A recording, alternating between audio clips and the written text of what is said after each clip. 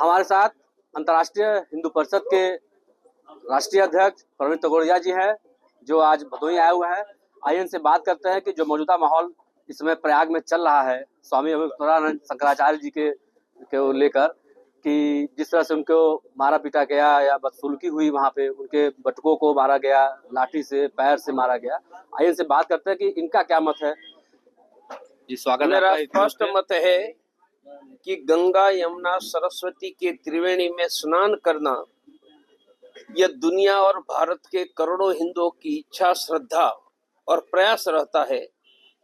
और स्नान करने के लिए कोई व्यक्ति, सन्यासी या गृहस्थ आता है तो सम्मान के साथ स्नान करना यह प्रशासन की जिम्मेदारी है।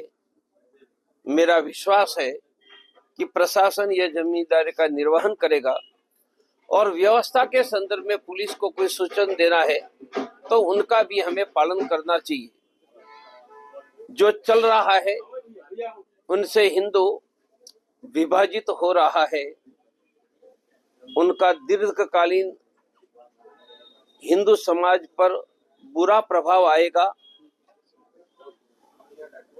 हमारे पूजनीय महंत आदित्यनाथ जी और पूजनीय शंकराचार्य जी दोनों हिंदू धर्म के रक्षक हैं।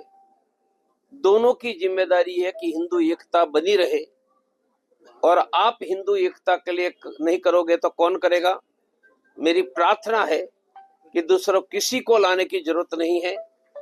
दोनों मिलकर समस्या का समाधान करके हिंदू एकता आगे ले जाकर, जो परंपरा महान गोरखपीठ की है और आद्य जगत गुरु शंकराचार्य की है, उनको आगे ले जाओ। हमारा आपको प्रार्थना करने का अधिकार है। यह प्रवीण तोगड़िया की मनपूर्वक प्रार्थना है। यह विवाद शांत करके हिंदू एकता खड़ी करो। जिस तरह से उनकी मांग है, हिंदू एकता, गौ पे एक कानून बने, गौ हत्या पे कानून बने, शिक्षा की बात हो, स्वास्थ्य की बात हो, ये आप भी करते आ रहे हैं शुरू से, और आप इसके लिए बहुत अहम रोल निभाए हैं पिछले विगत कई वर्षों से। तो आपको क्या लगता है कि जिस तरह से ये आज ये चल रहा है, उनको कुछ लोग कह रहे हैं कि अब आप ये शंकराचार्य भी नहीं है, तो आप इसे कैसे देखते हैं? ये घटना के संदर्भ में मुझे जो अपनी बात कहनी थी वह कह दी। इनके अलावा एक शब्द ज्यादा मुझे कहना नहीं है, क्योंकि लोग ज्यादा कहते रहेंगे, विवाद और विभाजन ज्यादा बढ़ेगा।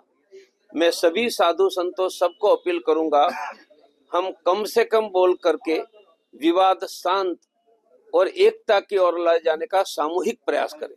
एक आखिरी सवाल है कि अब इस विवाद में कुछ अन्य जो महंत हैं, बाबा हैं, वो कूद गए हैं।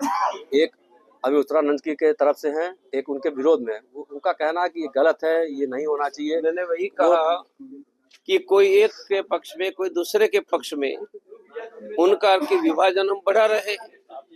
यह न करते हुए दोनों पूजनीय संत विवाद शांत करे, बाकी लोग विवाद तीव्र करने का काम करे, ये उचित नहीं है। आप अपने स्तर से इसको प्रयास करेंगे कि सब लोग एक मंच पे आ जाए? मेरा संतों को सलाह देने का शास्त्रों को अधिकार नहीं है। मैं वेद जानता हूँ, पुराण जानता हूँ।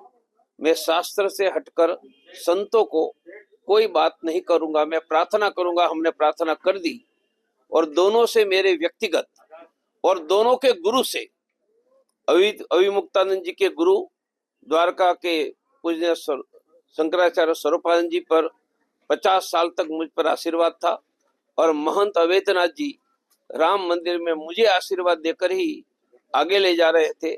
इसलिए दोनों के गुरु से भी मेरा नाता था। मेरा मानना है कि दोनों के गुरु की महान परंपरा को दोनों महान व्यक्ति आगे ले जाएंगे। चूंकि आप बहुत पुराने हैं, और एक मामला और चल रहा है बनारस का, मणिकर्णिका घाट का, कि अहिल्याबाई ने जिस घाट को बनवाया था उनकी मूर्ति भी वहां तोड़ दी गई है। अब मुख्यमंत्री रात में आते हैं बनारस में और उसमें बयान देते हैं कि नहीं, ये जो वीडियो दिखाया जा रहा है, फोटो दिखाया जा रहा है, वो AI से बनाया गया है। आप क्या मानते हैं इसको? मैं भी बनारस जाऊंगा, मैं उसके बारे में अभी कोई कमेंट नहीं करूंगा। मैं इतना ही कहूंगा कि हर जगह कोतवाल ध्यान रखता है।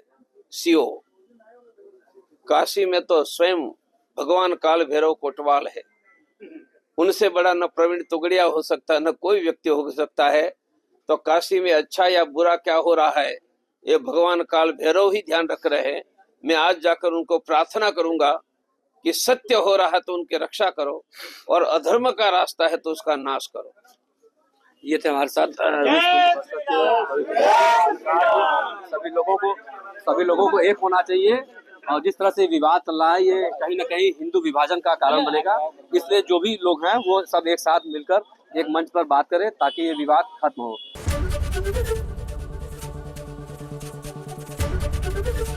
एबीपी गंगा, खबर आपकी, जुबान आपकी।